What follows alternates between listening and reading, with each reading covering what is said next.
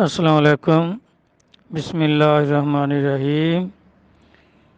تصوف کسے کہتے ہیں؟ دیکھیں، جس طرح یہ شریعت کا علم ہے، یہ ظاہرہ پاکیزگی کا علم ہے کہ ظاہر جو ہے وہ چیزیں کس طرح پاک ہوتی ہیں، ان کو پاک کرنے کا جو علم ہے اسے شریعت کہتے ہیں۔ مثال کے طور پر غسل واجب ہو گیا تو اب وہ غسل کس طرح کرنا ہے، جسم کو پاک کس طرح کرنا ہے، وضو کس طرح کرنا ہے، نماز کس طرح پڑھنی ہے، کپڑا پلیت ہو جائے اس کو کیسے پاک کرنا ہے، برتن کو کیسے پاک کرنا ہے، ان کو پاک کرنے کا جو علم ہے اسے شریعت کا علم کہتے ہیں۔ اور یہ سب چیزیں پانی سے پاک ہوتی ہیں۔ یہ جتنی بھی چیزیں ہیں ظاہرہ پاکیزگی، یہ چیزیں پانی سے پاک ہوتی ہیں۔ اسی طرح باطنی پاکیزگی کہ باطن انسان کا کس طرح پاک ہوتا ہے، یہ دلوں کو پاک کرنے کا جو علم ہے اسے تصوف کہتے ہیں۔ تصوف دلوں کو پاک کرنے کا علم ہے، اور دل جو ہیں یہ اللہ کے نور سے پاک ہوتے ہیں، پانی سے نہیں پاک ہوتے۔ دل اللہ کے نور سے پاک ہوتے ہیں۔ جس طرح باؤ صاحب فرماتے ہیں، الف اللہ چنبے دی بوٹی مرشد من وچ لائی ہو، تو من جو ہے وہ دل کو کہتے ہیں۔ پھر نفی اس بات کا پانی ملیا ہر رگے ہر جائی ہو، یعنی لا الہ الا اللہ کا ذکر جو ہے اس کو نفی اس بات کہتے ہیں۔ یہ ذکر سانس کے ساتھ کرنے سے دل پاک ہوتا ہے۔ تو اس طرح دلوں کو پاک کرنے کے علم کا نام تصوف ہے، اور جس طریقے سے پاک ہوتے ہیں اس کو طریقت کہتے ہیں۔ دلوں کو پاک کرنے کا علم تصوف، اور جس طریقے سے پاک ہوتے ہیں اسے طریقت کہتے ہیں۔ اور اس طریقے سے پاک کرنے والے کو کہ کس طرح پاک کرتا ہے، کون پاک کرتا ہے، جو اس طرح دلوں کو پاک کرنے کا علم جانتا ہے اور دلوں کو پاک کرتا ہے اسے مرشد کامل کہتے ہیں۔ تو اس طرح یہ اور مرشد کامل کئی دن یہ بحث ہوتی رہی ہے، کوئی کچھ فرماتے تھے کوئی کچھ فرماتے تھے۔ تو بھائی یہ تصوف کا علم دلوں کو پاک کرنے کا علم، جس طریقے سے پاک ہوتے ہیں اللہ کے نور سے پاک ہوتے ہیں اس کو طریقت کہتے ہیں، اور کرنے والے کو مرشد کامل کہتے ہیں۔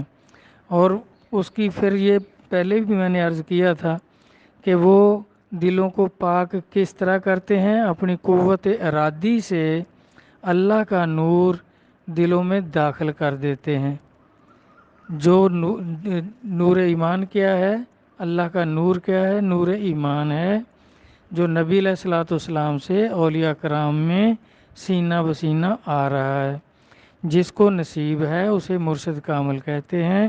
تو جو سالک ان سے بیعت کرتا ہے تو وہ اپنی قوت ارادی سے اس کے دل میں نور ایمان کا بیج بو دیتے ہیں، جس کو باؤ فرما رہے ہیں کہ الف اللہ چنبے دی بوٹی مرشد من وچ لائی ہو۔ تو اس طرح دلوں کو پاک کرنے کا علم، اور جس طریقے سے ہوتا ہے اس کو طریقت، اور جو کرنے والا ہے اس کو مرشد کامل کہتے ہیں۔ تو جس طرح دیکھیں آج کل مولوی بھی پیر ہیں اور بے نماز بھی پیر ہیں، جن کی شکل و صورت بھی نہیں ہے سنت کے مطابق وہ بھی پیر ہیں۔ تو اب اس کو ظاہرہ جو ہے آپ اس طرح پہچان کر سکتے ہیں کہ پہلی بات تو یہ ہے کہ اللہ تبارک تعالیٰ نے جو ذکر فرمایا ہے قرآن پاک میں سورۃ اعراف اور 205 نمبر آیت ہے کہ اپنے دلوں میں میرے نام کا ذکر کرو اور تمہاری زبان سے آواز تک نہ نکلے۔ تو آج کل پیر لوگ جو ہیں وہ تسبیحاں بتاتے ہیں، 20 30 ورد وظائف بتاتے ہیں، یہ رات کو پڑھو یہ صبح کو پڑھو۔ بھائی یہ تو مولویت ہے، یہ دلوں کو پاک کرنے کا علم تو نہیں ہے۔ جو اس سے تو زبان پاک ہوگی، نیکیاں بنیں گی، نیکیاں آسمان پہ چلی جائیں گی، اور قبول ہو گئی تو حشر میں وہ حساب ہوگا، نہیں تو اگر ریاکاری ہوئی یا کچھ ہوا تو ضائع ہو جائیں گی۔ تو یہ اس سے دل تو پاک نہیں ہوں گے، اس سے تو نیکیاں بنیں گی۔ تو دل پاک جو ہوگا وہ قلبی ذکر، دل کا ذکر جو اللہ تعالیٰ قرآن پاک میں فرما رہے ہیں کہ میرے نام کا ذکر اپنے دلوں میں کرو اور تمہاری زبان سے آواز نہ نکلے، دون الجہر، بغیر آواز نکلے زبان کے۔ اور اللہ تعالیٰ فرماتے ہیں یہ زاری سے اور ڈر سے ذکر کرو، دیکھنا غافلوں میں نہ ہو جانا۔ اور پھر نبی علیہ الصلوۃ والسلام نے اس کی تشریح فرما دی کہ افضل ذکر لا الہ الا اللہ۔ سب جانتے ہیں، سب اہل علم ہیں، جگہ جگہ لکھا ہوتا ہے، مسجدوں کی پیشانی پہ لکھا ہوتا ہے کہ افضل ذکر لا الہ الا اللہ۔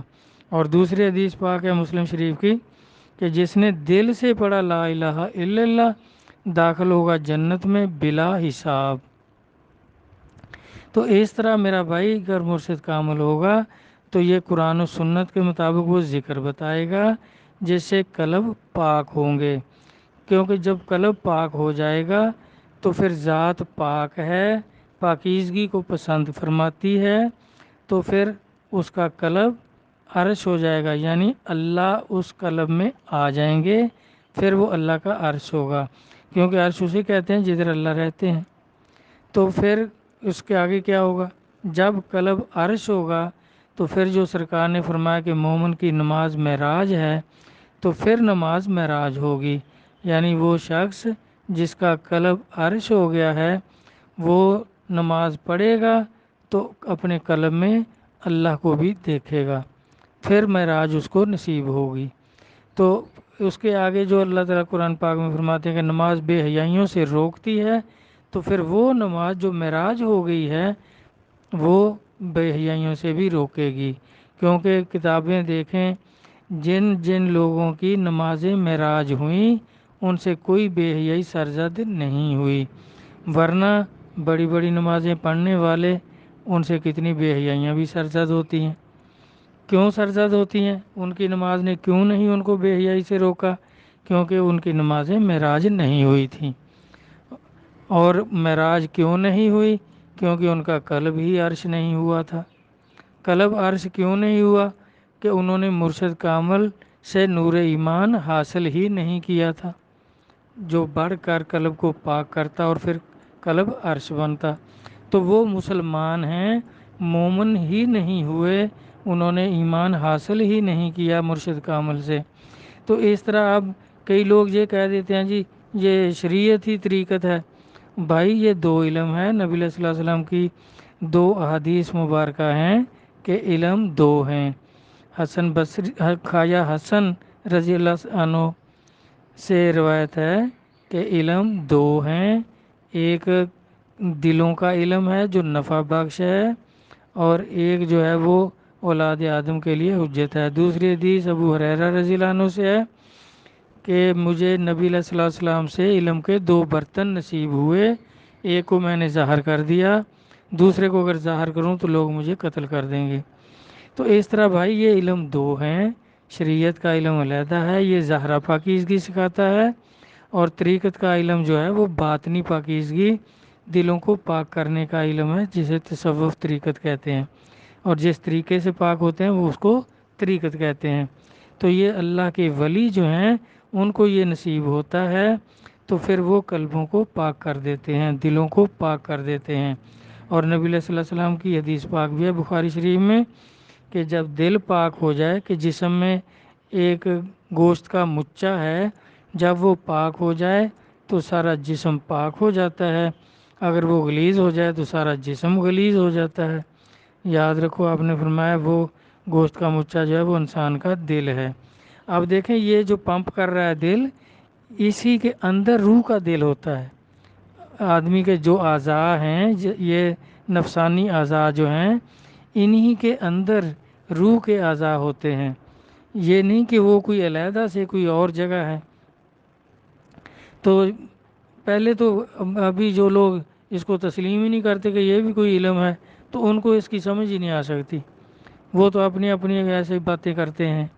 تو جس طرح روح کے مقام طے ہوتے ہیں، اس کے لیے سب سے پہلے ضروری ہے کہ روح کے جو 7 درجات ہیں، 7 مقام ہیں، پہلے تو مرشد کامل نصیب ہوں، وہ نور ایمان کا بیج اس کے قلب میں داخل کر دیں، پھر اپنی قوت ارادی سے توجہ فرمائیں، جس سے پھر وہ سالک کی روح ترقی کرنا شروع کرے گی۔ تو اس طرح اس کے پھر 7 مراتب جب طے ہو جائیں گے، جمادات، نباتات، حیوانات اور انسانیت، یہ چوتھا درجہ ہے روح کا۔ اس کے آگے عالم ملکوت، عالم جبروت اور عالم لاہوت۔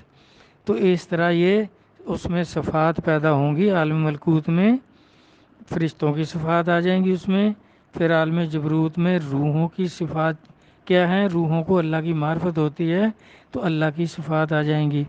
پھر لاہوت میں جو اللہ کی صفات آ گئی تھی ان کا اظہار ہوگا، جس طرح اللہ تبارک تعالیٰ ایک حدیث قدسی میں فرماتے ہیں کہ بدل لو اپنی صفات کو میری صفات کے ساتھ، یعنی نفسانی صفات ختم کرو اور اللہ کی صفات اس میں آئیں گی۔ کیسے آئیں گی؟ پیر و مرشد کے تصرف سے آئیں گی، اس کی قوت ارادی سے، فیض عطا کرنے سے آئیں گی۔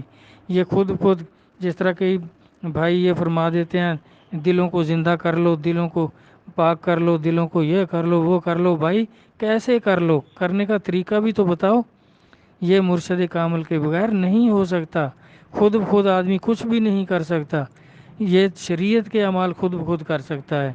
یہ طریقہ تصوف جو ہے یہ پیر و مرشد کے بغیر ناممکن ہے، اللہ کی معرفت ناممکن ہے، بالکل نہیں ہو سکتا۔ یہ ایسی باتیں وہ لوگ کرتے ہیں جن کو یہ نصیب نہیں ہے اور ان کو اس کی سمجھ بھی نہیں ہے، وہ اس طرح کی باتیں کرتے ہیں۔